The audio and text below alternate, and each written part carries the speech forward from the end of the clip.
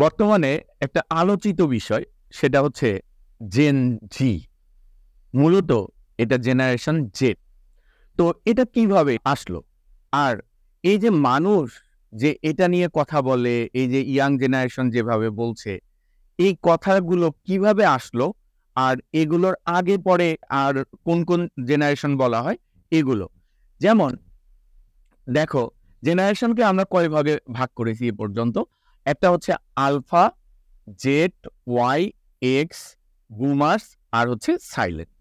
তো মনে রাখবে, যাদের জন্ম 2013 থেকে 2025 এর মধ্যে তাদেরকে আমরা বলবো জেনারেশন আল। যাদের জন্ম 1997 থেকে 2012 পর্যন্ত তাদেরকে আমরা বলবো জেনারেশন জেড, আমরা যাকে জেন জি বলি এই মুহূর্তে। যাদের জন্ম 1981 থেকে 1996 পর্যন্ত তাদেরকে আমরা বলবো জেনারেশন ওয়াই। আর যাদের জন্ম 1965 থেকে 1980 পর্যন্ত তাদেরকে আমরা বলি জেনারেশন এক্স।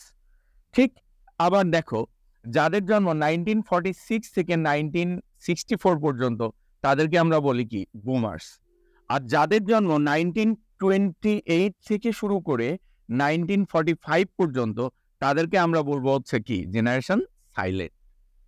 এখন কথা হচ্ছে, এই যে শেখ হাসিনা, খালেদা জিয়া তারা মোটামুটি সমবয়সী, তারা কিন্তু কি পড়বে জেনারেশন বুমার্স।